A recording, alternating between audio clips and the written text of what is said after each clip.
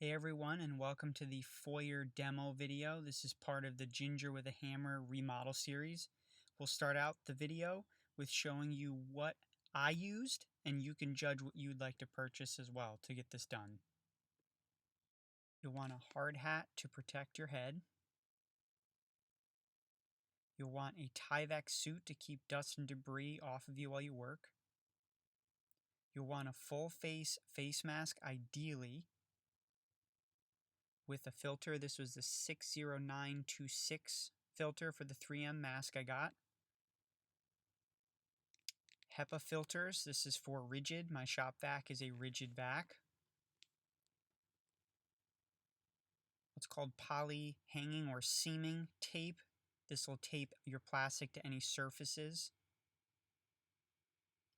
Zip wall zippers to give you access through your poly sheeting to other areas. A portable GFCI safety adapter for your vacuum cleaner or high draw electrical devices while you work. Contractor bags. Work gloves, ideally demo, that have extra padding. Extra batteries. Sawzall blades and sheetrock blades for miscellaneous cutting. An air mover to keep dust and debris vented outside. A light tower, some kind of portable light so you can see if it gets dark. There's my rigid shop vac, drop cloth for sheeting, crowbar, hammer, pry bar, drill with some bits, and your Sawzall.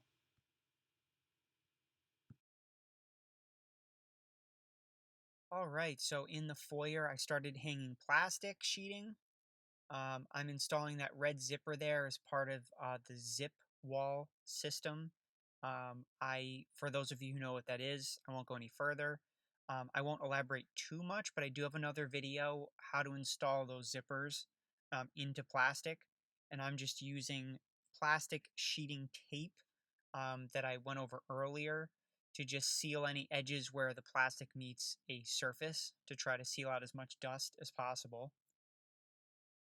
Just taking my go-arounds here, going around the room, touching up some spots where I can add some extra tape,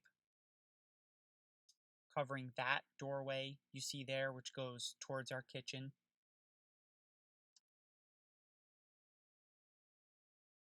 Talking to my wife there, explaining what I'm about to do there.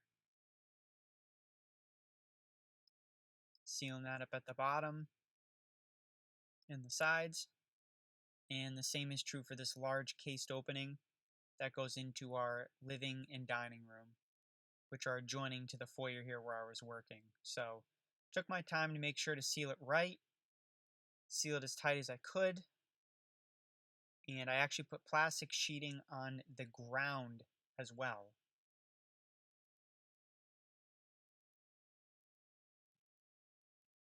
What I'm doing here is tearing down. These were tiles that could fit into a drop ceiling system.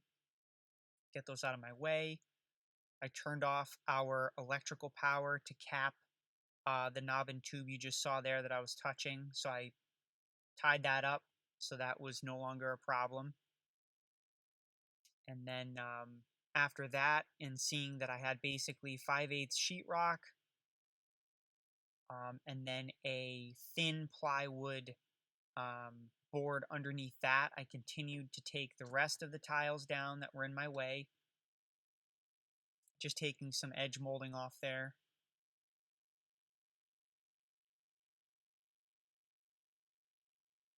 And then I began removing the crown molding from the room. That is the molding between the wall, where the wall and the ceiling meet.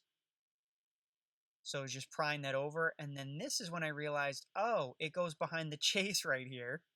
So I figured, well, okay, I've made it this far. You know, now's a good time as any to take this chase down. So I did a little exploring there, which is why there's a small hole just to confirm what I thought, which is the house's main drain line was concealed in there. And then I just slowly worked my way, taking the kind of older sheetrock-ish type of product off. And what you'll see as I tear more and more of it off is actually the crown molding of the front door was fully intact. behind that framed in chase. And so I was super excited to see that. So I wanted to try to see what could be done later. So I decided to just expose it as fully as possible. And again, this allowed me to get to that last little bit of crown molding that you can see actually tucked in behind the pipe up there near the ceiling. So I just kept tearing that down, slowly taking that out of my way. This is great for the pry bar, the hand pry bar.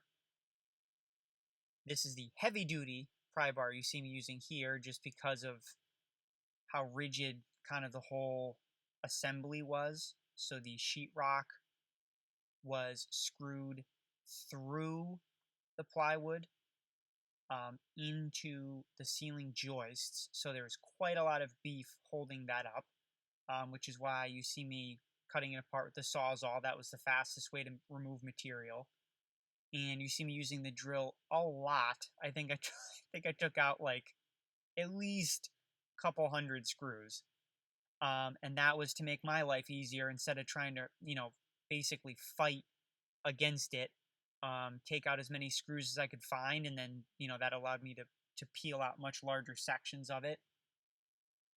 And the plywood's there because it evens out the ceiling because there's lath above, which you can see a little bit of right now as I'm cutting that apart.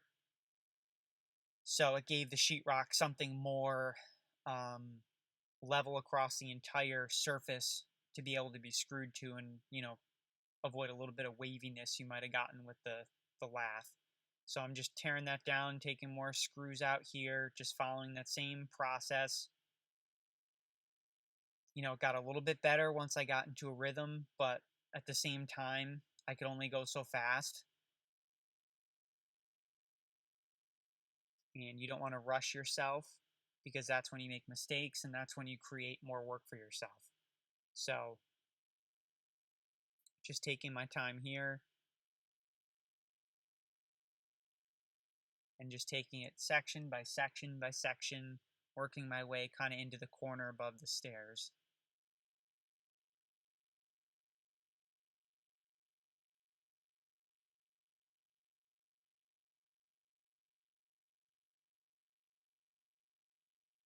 And you'll have to excuse the jerky camera movements here, and kind of sometimes it's a little behind me because when you really get into this stuff, you're really trying to get it done, and I didn't always think to readjust the camera's position, so it's a little behind, but I tried my best.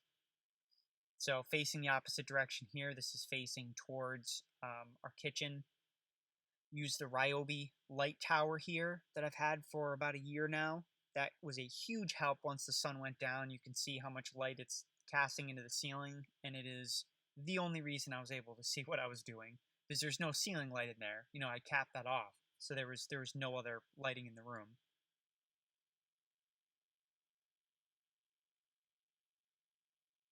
Again, just peeling it down section by section.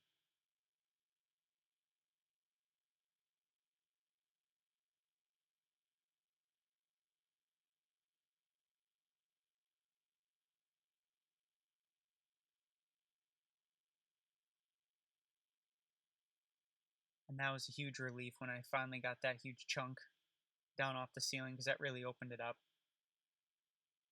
Wasn't a fun night for sure, I'll tell you that.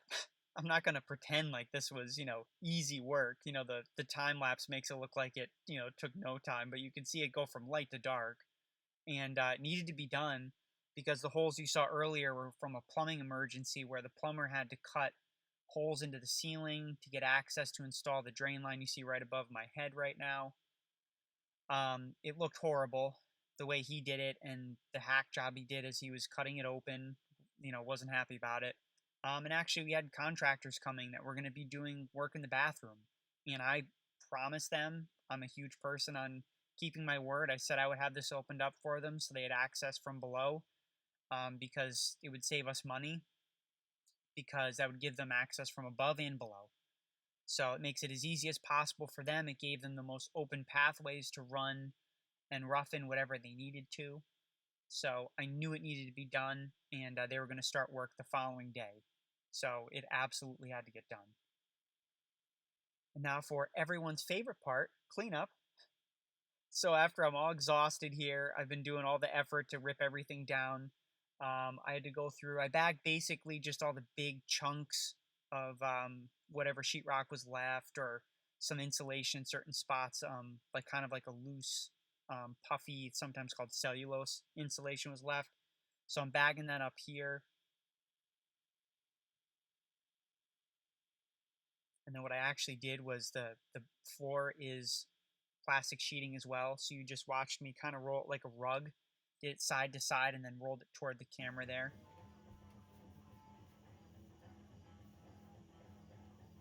And I mean, what cleanup would be complete without having a little bit of fun? I mean, I was pretty loopy at this point, having worked straight for hours. I don't remember how long. So I think I was, at this point, I was just so out of it that I was, you know, playing rock guitar with my freaking crowbar here. I think it was George Thorogood's "Who Do You Love."